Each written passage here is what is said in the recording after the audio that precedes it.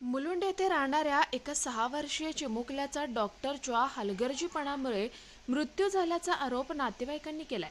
उन्हाळी सुट्टीनिमित्त उल्हासनगर येथे मामाच्या गावाला आलेल्या 6 वर्षीय सार्थक कांबळे या चिमुकल्याचा डॉक्टरांच्या हलगर्जीपणामुळे मृत्यू झाल्याचा आरोप केलाय।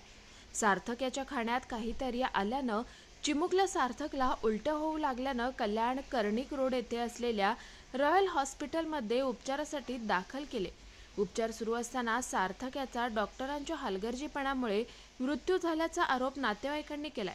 या घटनेमुळे नातेवाईकांनी रुग्णालयामध्ये गोंधळ घातला। घटनास्थळी कल्याण महात्मा फुले पोलीस दाखल।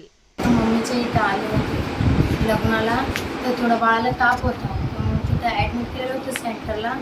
तर तिकडच्यांनी सांगितलं बाबा इथं मशीन वगैरे आहे, ते इथं घेऊन यायचं। इथं घेऊन आलो, त्यांनी फीवर चेक केला तर बाळाला फीवर नव्हता। मग नंतर त्यांनी काय माहिती काय ते बाबूने शी वगैरे केली, उलट्या वगैरे केला। मग त्यांनी बघितलं, आतमध्ये गेले। मी आतमध्ये बाळापाशीच थांबले, तर बाळा बोललं मला की मम्मा तू जाऊ नको, माझ्याकडेच थांब म्हणे, मी घाबरतोय म्हणे। तर मग नंतर या लोकांनी त्याला मशीन वगैरे लावली, मग बोलले की तुम्ही बाहेर जा म्हणे।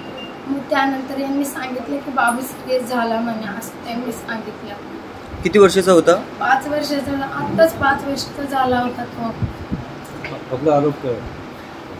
माझा आरोप असा आहे की माझं बाळ बोलत होतं चांगलं, पण जेव्हा मी बाहेर आले त्यांनी मला बाहेर पाठवलं ना, त्यानंतर त्यांनी सांगितलं की बाबा सिरियस झालाय म्हणून जेव्हा ते तुम्ही ते कागदपत्र वगैरे लिहून द्या की बाबा आम्ही असं लिहून देतो स्टेटमेंट, मग पुढची तयारी तुम्ही।